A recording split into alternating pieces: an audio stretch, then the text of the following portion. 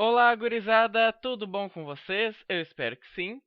Aqui é o Caleb do Pet Me Ajuda e hoje nós vamos falar sobre reação de Baeyer-Villiger ou oxidação de Baeyer-Villiger. Então vamos dar uma olhada aí no que é essa reação. Bom, esta é uma reação cujas condições por enquanto são desconhecidas, mas nós iremos descobrir, que é útil para sintetizar aqui, como vocês podem ver, ésteres a partir de cetonas, tá legal? E essa reação será útil também na síntese de lactonas, que se vocês lembram lá, são moléculas caracterizadas pelo grupamento funcional do éster aqui, ligadas ao ciclo, tá certo? Então, quais são as condições onde essa reação tende a ocorrer? Ela tende a ocorrer sobre duas condições. Primeiro, um agente oxidante, tá legal? Porque é uma reação de oxidação. Então, normalmente é utilizado ou peróxido de hidrogênio ou um peróxido ácido ou perácido, se você preferir chamar assim, na presença de um ácido de Lewis, que vai ser muito importante, vocês já vão entender por quê. Então, como é que isso vai acontecer? Qual é o começo da reação aqui? Bom, a primeira etapa da reação é expor a minha cetona ao ácido de Lewis. E aqui, se vocês estão olhando, vocês vão dizer, BF13 é ácido de Lewis? Mas é claro que é ácido de Lewis. Vocês se lembram lá que a família do boro não completa a regra do octeto? Na verdade, não é bem isso que acontece, né? Na verdade, não é necessário completar o octeto na última camada, porque isso não é uma regra. O que acontece é que alguns átomos, boa parte deles, fica mais estável completando o octeto na última camada, mas isso não é necessário para os átomos da família do boro, né? Aí por que que não? Ah, se vocês fizerem lá a distribuição eletrônica, fizerem os quadradinhos da regra de Hund, vocês vão ver que ele vai estar hibridizado de uma maneira onde ele vai ter três orbitais que farão as ligações aí em um plano, e ele terá um orbital livre paralelo aí paralelo não, perpendicular a este plano. E este orbital livre, este orbital vazio, é capaz de receber elétrons, e isso caracteriza um ácido de Lewis, não é mesmo? É uma substância receptora de elétrons. Então, o que vai acontecer? Um dos pares de elétrons não ligantes aqui da camada de valência do oxigênio é capaz de vir para esse orbital vazio aqui do boro. E quando ele vem, o que vai acontecer? Vai se formar esta ligação aqui, como vocês podem ver, na qual representa uma carga positiva sobre o oxigênio. Por quê? Porque o par de elétrons dele, um dos pares de elétrons não ligantes do oxigênio, está ocupado nessa ligação aqui. Então, ele fica com uma carga positiva, eu represento assim. E como esse par de elétrons veio para cá, veio aqui para o boro, né? Então representa uma carga negativa sobre o boro. Então, nessas condições aqui, eu posso observar que pode ocorrer uma estrutura de ressonância que vai ocorrer da seguinte maneira. Um dos pares de elétrons aqui é capaz de voltar para o oxigênio para preencher essa falta de elétrons aqui, dos elétrons não ligantes, e deixar então uma carga positiva sobre o carbono, formar aí um carbocátion. Bom, analisando aqui, o que eu vejo? O que eu vejo que esse carbono aqui da carbonila, que já era um bom centro eletrofílico, vai ter um caráter muito mais eletrofílico, vai estar muito mais propenso ao ataque aqui, né, de substâncias doadoras capazes de doarem elétrons, pares de elétrons. E é exatamente isso que vai acontecer quando o meu peróxido ou o meu perácido estiver no meio.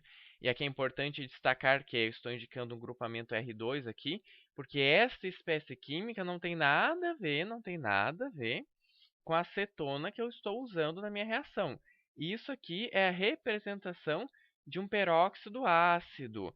Então, se a gente lembrar lá dos ácidos orgânicos aqui, eu vejo que tem uma estrutura similar à de um ácido carboxílico, porém, ele vai ter um oxigênio a mais aqui entre o carbono da carbonila e o oxigênio da hidroxila, que caracterizaria aí o ácido orgânico, tá legal? Então ele tem este oxigênio a mais e a esta espécie a gente chama de peróxido ácido ou de perácido, que não tem nada a ver com a acetona que eu estou usando na reação, cujo objetivo, né, é oxidar essa acetona.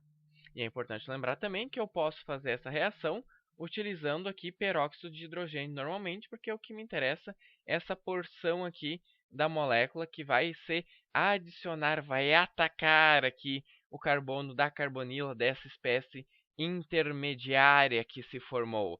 E a partir do momento que este ataque ocorre, o que eu observo é a formação deste outro intermediário, tá legal?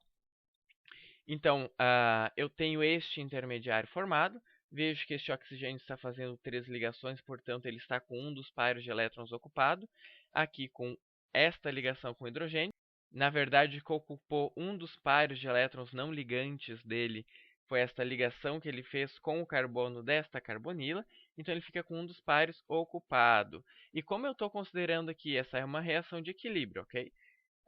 Como eu estou considerando que eu quero estudar o mecanismo dessa reação para ver para onde que ela vai, o que eu vou considerar é que vai se romper essa ligação com o hidrogênio. Então, o par de elétrons dessa ligação volta para o oxigênio. Posso considerar que a reação vai voltar? Posso, mas não é interessante para aquilo que a gente está estudando. Então, a partir deste intermediário, eu tenho o rompimento desta ligação que devolve o par de elétrons aqui para o oxigênio e libera um próton aí, libera um íon H+ no meio, tá legal? E então eu tenho esta espécie formada, beleza? A partir do momento que eu tenho esta espécie formada, o que que vai acontecer? Eu tenho uma tendência, vocês já sabem disso de outras reações, de um desses pares de elétrons aqui do oxigênio voltar para refazer a dupla no lugar original dela. E aqui vai entrar um ponto-chave desta reação, que é a capacidade de migração deste grupamento R aqui. Então, se eu lembrar lá, por exemplo, o que seria um bom grupamento para estabilizar bem uma carga positiva e poder migrar do carbono para o oxigênio? Eu posso pensar numa tarbutila, numa ciclohexila, posso pensar até no anel aromático, né, para migrar para cá. E seguindo esta ordem de estabilidade, quanto melhor este grupamento R suportar uma carga positiva, mais fácil será a sua migração aqui para o oxigênio, tá legal? Lembrando que isso é muito importante, tem que ocorrer simultaneamente no momento que um desses pares de elétrons descer para cá, porque o carbono, em hipótese alguma, vai ser pentavalente, tá? Em hipótese alguma, ele vai fazer 5 ligações. Então é importante que essa ligação se rompa, né, simultaneamente. E a partir do momento que isso ocorre, o que eu observo também é o rompimento desta ligação aqui, oxigênio-oxigênio, sendo que os pares de elétrons, na verdade o par de elétrons dela, ficará sobre o oxigênio aqui que pertencia à molécula de peróxido que eu estou utilizando. Bom, isto ocorre e eu vou ter essas duas espécies liberadas no meio. Esse ânion aqui relativo ao peróxido que eu utilizei na minha reação e esta outra molécula aí já na forma, quase na forma final, como nós vimos, apresentando o grupamento característico dos ésteres aqui, mas ainda, né, ligada com o ácido de Lewis. A próxima etapa será então a remoção, a perda desse ácido de Lewis, não é verdade? E eu posso considerar até que, de repente, esse ácido de Lewis, por ser um bom receptor de elétrons, quando ele sair, ele pode estabilizar, dar uma estabilizada neste ânion aqui presente no meio, e após isso eu tenho a formação do meu produto de interesse. Beleza, gente? Então, repassando o que a gente viu no vídeo de hoje. A oxidação de Baeyer-Villiger é uma reação útil para obter lactonas a partir de cetonas que apresentam um ciclo na sua estrutura, ou simplesmente obtenção aí de ésteres a partir de cetonas. Ela precisa da ação de um ácido de Lewis no meio e da ação de um peróxido ácido também, tá? Na verdade, um peróxido ácido, não necessariamente peróxido ácido, mas algum peróxido, algum agente oxidante, normalmente é usado um perácido ou peróxido de hidrogênio. Tá legal? Pelo vídeo de hoje era isso. Se vocês gostaram do vídeo, curtam, comentem, compartilhem com os amigos e não se esqueçam de seguir o Pet nas redes sociais que estará aqui embaixo para se manter atualizado de todas as novidades e todos os nossos conteúdos. Um abraço e até a próxima!